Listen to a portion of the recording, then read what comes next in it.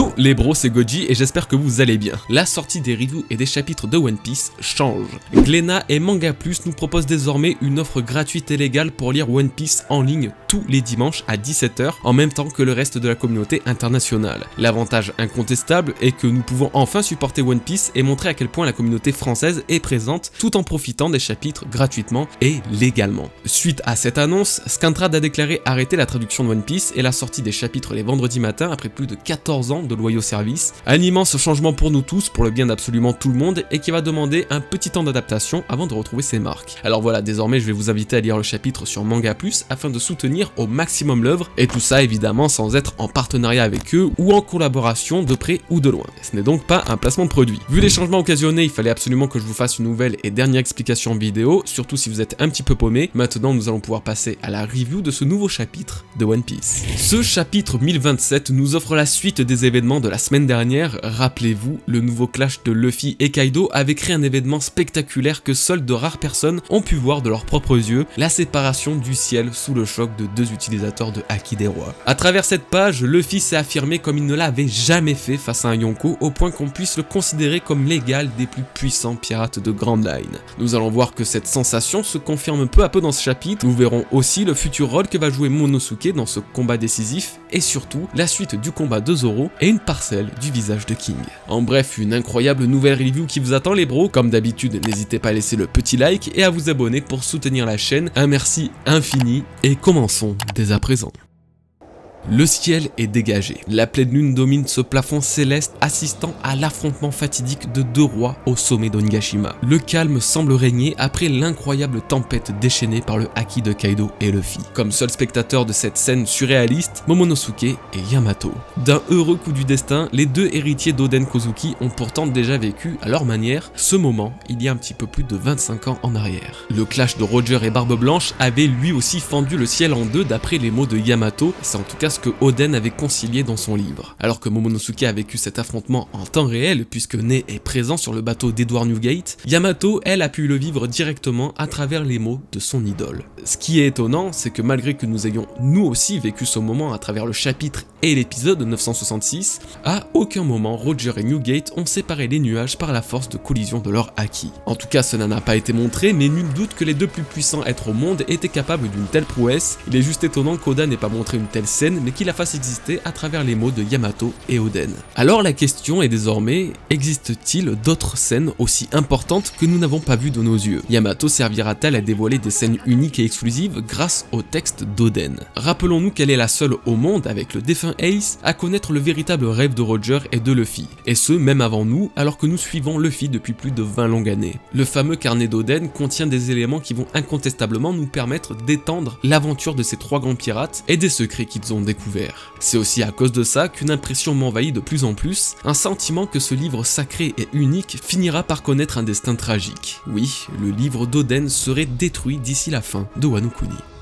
En prenant du recul sur cet objet, il ne devrait pas exister. Il semble dévoiler des informations capables de grandement se rapprocher du One Piece comme pourraient le faire les poneglyphes, dans leur langue quasiment indescriptible. Ce livre, Kaido le voulait, et cela pour une très bonne raison, il lui aurait permis sans l'ombre d'un doute d'obtenir un raccourci non négligeable dans sa route vers le One Piece, et plus encore. Yamato l'a désormais légué à Momonosuke après plus de 20 années à le lire et à le protéger des regards indiscrets, et je pense qu'elle vient de le condamner. Consumé par les flammes ou détruit de sa propre main, le carnet d'Oden disparaîtrait du monde accompagné des secrets bien trop importants qu'il gardait. Par chance, Yamato aurait malgré tout connaissance de toutes les informations dont il dispose après l'avoir étudié pendant 20 longues années. Les mots d'Oden seraient alors sauvegardés quelque part dans ce monde et ne pourraient jamais être utilisés d'une mauvaise façon. Tout ça me fait un petit peu penser à One Piece Stampede, bien que le film ne puisse pas être considéré à 100% canon et adaptable à la chronologie actuelle de One Piece, l'Eternal Pause pour Laugh Tale, qui constituait la récompense ultime du festival pirate, était également une calomnie. Il ne devait pas exister car détruisait la véritable nature de la découverte du One Piece, c'est la raison pour laquelle Luffy et Roger s'en sont débarrassés. Cet objet était d'une trop haute dangerosité dans les mains d'une personne mal intentionnée. Alors le carnet d'Oden est similaire à mes yeux, la simple existence du contenu qu'il renferme pourrait apporter un avantage bien trop dangereux à un Kaido, une Big Mom ou même un Barbe Noire, et se doit alors d'être effacé de l'histoire, mais pas de tous les esprits. Alors que l'île entière tremble après le choc des titans ayant eu lieu quelques secondes avant, Yamato et Momonosuke ne perdent pas un instant pour empêcher la destruction de la capitale des fleurs. Luffy, quant à lui, dévoile sans grande surprise son intention de combattre Kaido seul, confirmant la vision d'un duel en 1 contre 1 entre les deux adversaires. C'est ici que le vrai combat va commencer, c'est à partir de ce moment précis que les deux n'auront plus qu'à utiliser et exploiter leur force au maximum sans aucune autre altercation externe. Pour autant, Kaido faiblit. C'est ce que Yamato constate en voyant ces nuages de flammes devenir plus instables. Après tous les dégâts qu'il a subis, toute la force qui a été déployée pour vaincre ses opposants en gardant Onigashima flottant dans les airs avec ses pouvoirs, il se trouve que finalement le dragon a une limite. Alors que Luffy s'apprête à dévoiler l'intégralité de son pouvoir, tous les contre-coups de Kaido commencent à se ressentir. De cette façon, la puissance inégalée de l'empereur se met peu à peu au niveau de Luffy qui lui ne cesse de devenir plus fort. Un moyen judicieux d'équilibrer ce rapport de force dont la différence colossale avait marqué les esprits il y a une centaine de chapitres. Nous allons désormais laisser les rois combattre pour découvrir et partager la pression énorme de Momonosuke et Yamato pour sauver Wano Kuni. Onigashima va tomber. Si cette île termine sa course sur la capitale des fleurs, le nombre de victimes sera une véritable catastrophe qu'il faut à tout prix éviter. C'est la raison pour laquelle Momonosuke doit tenir son rôle de shogun de Wano à la perfection en réalisant l'infaisable, soulever Onigashima avec ses propres nuages de flammes. Ce n'est plus une surprise, après vous avoir de nombreuses fois expliqué que Momonosuke permettrait à Luffy de remonter sur Onigashima et qu'il remplacerait Kaido en portant l'île avec son propre pouvoir, Oda opte pour ce scénario et fait du fils unique des Kozuki le futur sauveur du pays des samouraïs. Comme j'ai pu vous le dire par le passé, ce scénario est particulièrement symbolique. Momonosuke ne fait pas seulement qu'élever une île dans les airs pour sauver son pays, non, il fait beaucoup plus. Tout comme son père, il porte le poids des espoirs du monde sur son dos. Tout comme son père, il se sacrifie et use de toute la force que la nature lui a octroyé pour épargner directement ou indirectement les vies que représente le pays de Wano Kuni. Ce qu'il s'apprête à faire est un parallèle immense et profond avec cet événement datant d'il y a 20 ans, ayant indéniablement changé la face du monde. Lorsqu'Oden a sauvé ses fourreaux, quels qu'ils soient, il a mis en place l'ouverture des frontières de Wano Kuni. Sans le sacrifice d'Oden et la survie des fourreaux, Luffy n'aurait jamais rencontré Momonosuke, Kinemon et tous les autres. Luffy ne serait peut-être pas même sur Wano Kuni à l'heure qu'il est, prouvant d'autant plus qu'il ne faut pas sous-estimer les actions des temps passés.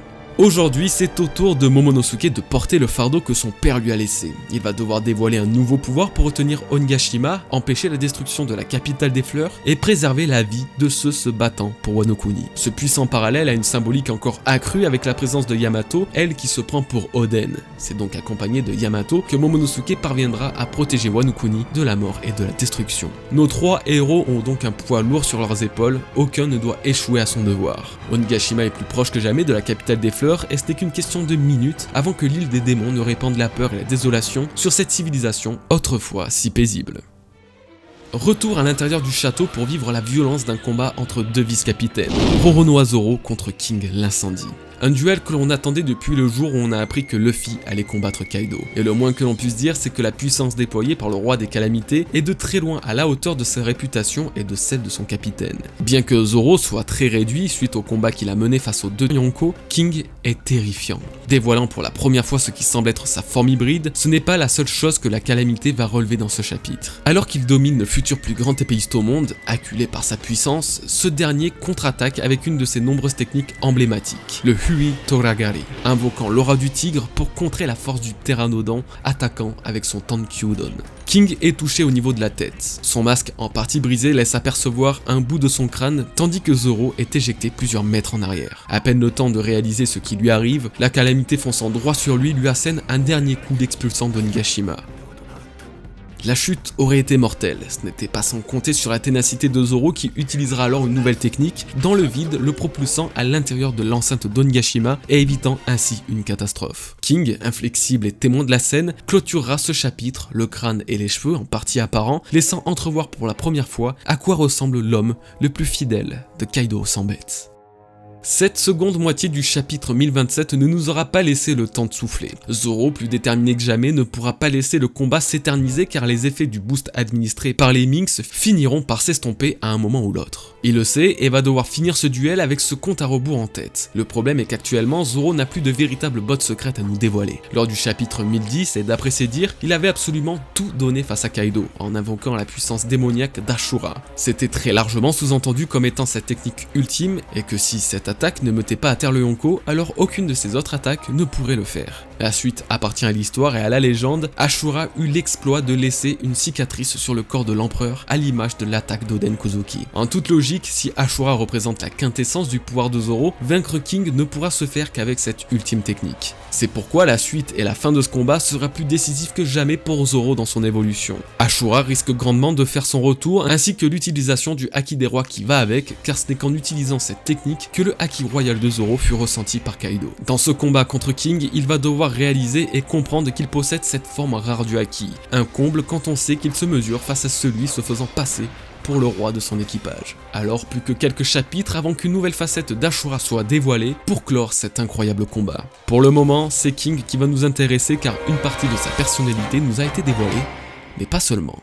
Premièrement, King et sa forme hybride déploient une puissance que je n'aurais pas imaginée. La scène qui m'a marqué est cette difficulté qu'a Zoro à renvoyer et parer la lame d'air envoyée par King, alors qu'un petit peu plus tôt durant la bataille, il n'a pas eu à trembler en déviant la lame d'air de Kaido en forme dragon. Bien qu'il soit bien plus faible à cause de ce combat justement, l'effort colossal qu'a demandé la protection de l'attaque de King démontre bel et bien qu'il n'a pas volé sa place de plus puissant pirate après Kaido dans l'équipage. C'est la première véritable démonstration de force en conditions réelles qu'il a pu nous faire, dans une forme se rapprochant de la forme hybride des Zoan qui plus est. Deuxièmement, la technique employée par Zoro pour se propulser en l'air et éviter la chute d'Onigashima peut effectivement sembler assez peu compréhensible. En réalité, Zoro a utilisé l'effet du Geppo, ou plus communément appelé le pas de lune.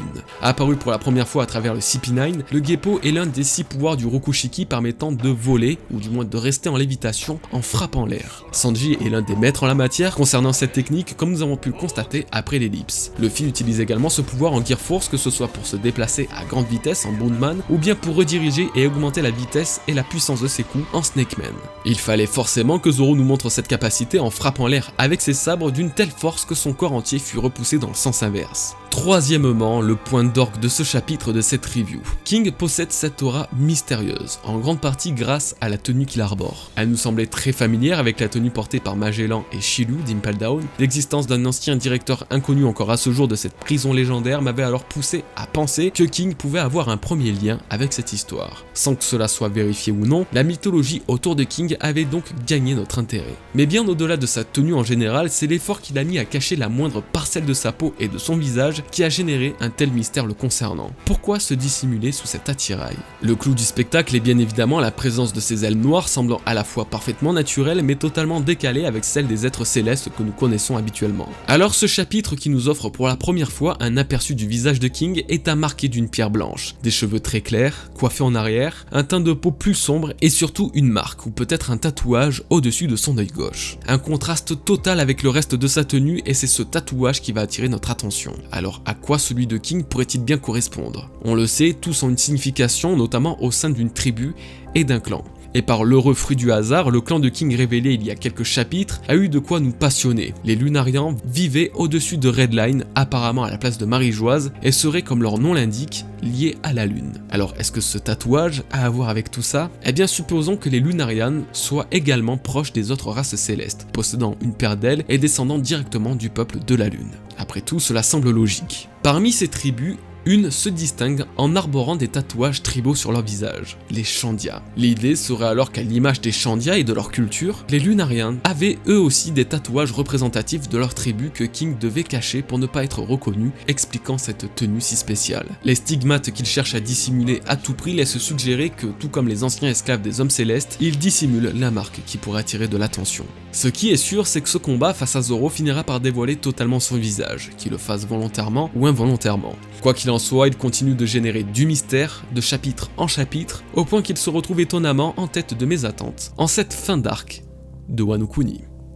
C'est la fin de cette review et j'espère qu'elle vous aura plu les bros, n'hésitez pas à me dire ce que vous avez pensé de ce chapitre en commentaire, n'oubliez pas que le prochain sortira dimanche à 17 h sur Manga Plus et Glénamax, je vous accompagnerai bien évidemment avec une nouvelle review. En attendant, passez une agréable semaine les bros, portez-vous bien et surtout prenez bien soin de vous, peace les bros.